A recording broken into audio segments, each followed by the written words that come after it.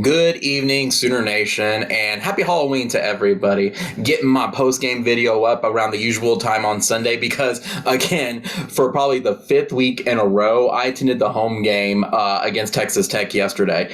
I think this is the most games I have attended, since probably my senior year at OU.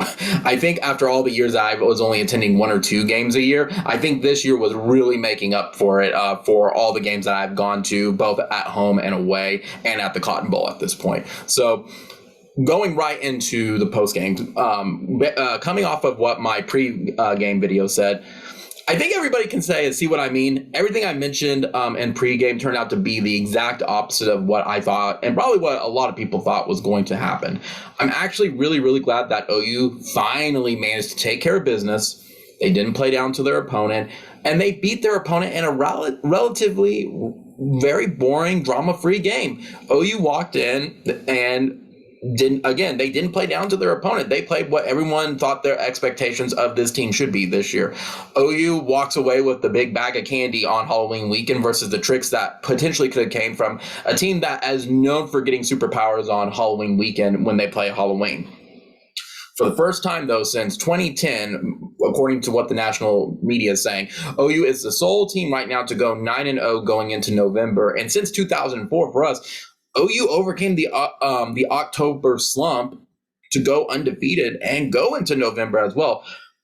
That being said, contrary to what the crying national media wants you to believe or trying to speak into existence that OU has a loss, right now they're foaming at the mouth because OU is not playing into their narrative. But at the end of the day, guys, OU is undefeated. They're 9-0, and the national media really needs to stop trying to dunk on OU by saying that they're undefeated.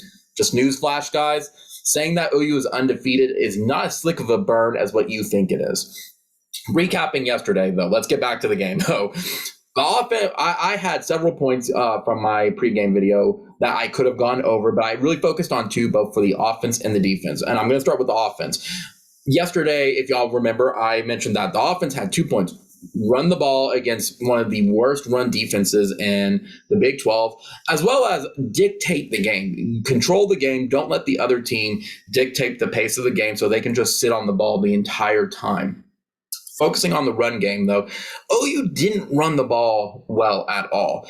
I personally disagree that the O-line was playing badly. They did average, in my opinion. I think what happened was Caleb was not making his reads very, very well, and the play calling was very tailored to passing.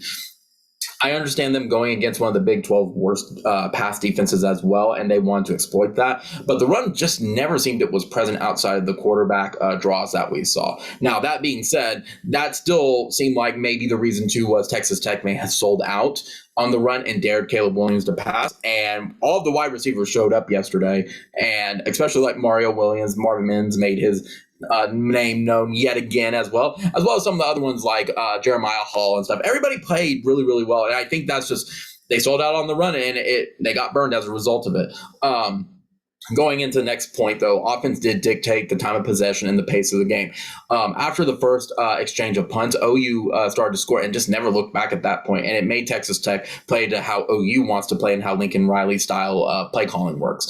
I couldn't not talk about the offense without talking about Caleb Williams. So Caleb Williams had another fantastic game. I believe I read that his stats, he had 6 TDs, and he's tied it for like the most for a true freshman in a game at this point.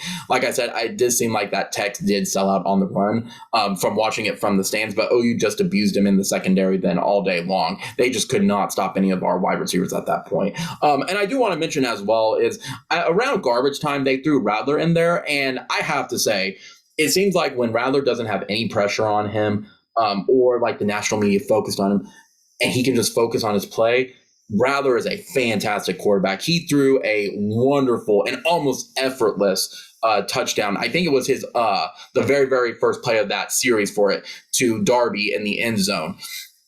I'm really, really glad for him at this point. I've been really, really, as I said in my other ones, I just never understood booing Rattler or getting upset at Rattler to a point when all he's done is just played very average on football team at this point with it. I never understood any of the other components at that point, but I'm really glad that he was not only able to come out and have the TD, but the crowd and the team just welcomed him with open arms onto the field and was really cheering him on. That's good for everybody at this point. I think that is a wonderful, wonderful thing for him. Going on, recovering for the rest of them, Mario Williams had a fantastic day. He had 5 receptions for 100 yards and a TD. I really, really hope this is Mario Williams' breakout game, and we can use him as a very reliable wide receiver coming into championship November. Drake Stoops also had a great day with 3 catches for 57 yards and a TD. I said it in some pregame and postgames before, but Stoops is so clutch and being able to get into those just very, very, very great positions to be able to score or to move the sticks at this point. The final ones I kind of want to mention as well is welcome to OU, Marcus Major. He had a great run where he ran into a defender and knocked his helmet off. Like, Marcus finally got some playing time, and it showed that he's been waiting and wanting to get some runs in at this point, since it's mostly been the Kennedy Brooks and the Eric Gray show at this point. So I'm glad he was able to get a couple snaps in and get some of those reps in. And then finally, Burkick did exactly what Burkick did. Was he had another great game. He got all of his PATs, and he also kicked a 53-yard field goal. Boy is going to make money in the NFL, and I'm going to really be sad when he graduates or goes to the draft at this point. Overall, offense had a very, very solid game and definitely was not the performance they had against Kansas. I'm really, really glad to see that they took this week very seriously and bounced back from it. Not talking about the offense, so let's talk about the defense. With DJ Graham, Jalen Redmond, and Turner Yell back, the defense just played as a whole unit much, much better, and they were just much more consistent across the line. I personally have questions about player development for another video or another discussion at this point, but only because, like, with those 3 guys out and how thin we were and how we were not able to step up, I have just a lot of questions and concerns, but that, again, is for another video. My 2 points I had, though, was getting off the field on 3rd down and making sure that you're actually tackling. For the first one, they did a spectacular job of getting Texas Tech off the field. They held Tech to 4 of 13 3rd downs, and Tech converted 1 4th down. They took care of business. Again, they did not take let Texas Tech take advantage of them, and they were very, very focused. I'm very, very happy about that. Even though, again, Texas Tech has one of the worst defenses in the league, their offense is not that bad. Again, kudos to the defense for that. The tackling was very so-so. I'm not going to say it was completely atrocious or bad, but they do need practice still on. There was a lot of whiffs on some tackles that you just got to wrap up. You got to quit going for the strip guys and just go for the wrap up. When the time comes, the time will come for the stripping the ball at this point. I will say that is the improvement they need in the bye week at this point for next week and then going into Baylor. Defense was also fantastic with turnovers. They had 3 on the day. Several of them are, they're going to make the highlight reel by the end of the year at this point.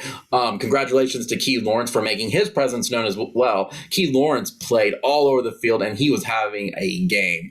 I felt like I kept hearing his name over the loudspeakers for a tackle. Key Lawrence was fantastic. It seems like he's finally broken out, and maybe, just maybe, he's going to be part of the starting lineups at this point. The only other thing at this point, another positive too, is they still kept him under 30. As much people want to say about the defense, and maybe it's just against the Big 12, who knows? They're still keeping teams under 30 at this point, most of the time at this point. So the only issue I really had besides the tackling with the defense was the pass rush just has problems, and they just need to figure out a way to bring more pressure. It just seems like they're a foot or a step and a half just behind being able to tackle the guys behind the line of scrimmage at this point. We'll see at this point with it what they can do as they're getting healthier and able to play, I guess, maybe even play up to their opponents at this point. But I do think they need to give a little more pressure on it. But for what it was worth yesterday, it was fine for going against Texas Tech. Only other notes I have at this point was I saw that Kenny Mossman tweeted out that this was the last crowd he's heard in 20 years. Kenny, I'm going to disagree with that. The crowd was super flat yesterday. With all due respect, the crowd was just not into it. I could tell why middle to late third quarter people were already leaving at this point. Like, they seen enough of Texas Tech and they were done. I'm going to disagree. The crowd was very, very, very flat. Just my opinion. Refs sucked again. Can't wait to get out of this conference so we can deal with refs that are at least halfway competent. They just made a lot of blown calls or a lot of non-calls at this point. I'm just tired of Big 12 refs. There's only so many times you can cover it before you're beating a dead horse at this point. The besides this, at this point, like I said, OU's enters the much needed bye week, and championship November begins in 2 weeks against Baylor. We got a lot of time to heal up, guys, a lot of time to game plan against Baylor, Iowa State, and Oklahoma State at this point. So until then, guys, just remember, comment, rate, subscribe. We're up to 55 subscribers. I appreciate each and every one of you who subscribe. If I had something where I would be able to highlight for you, like who subscribed, I would totally give you a shout out. But unfortunately, it doesn't show that. So again, thank you all 55 people who have subscribed. Again, happy Halloween to everybody. And live stream is going to be here in about an hour. So link will be in the info box below. Otherwise, I'll see everybody here in about an hour to talk about the Texas Tech game and just some other stuff that recently only came up about an hour or two ago from the Big 12 as well as TCU. So Boomer Sooner, and there's only one Oklahoma.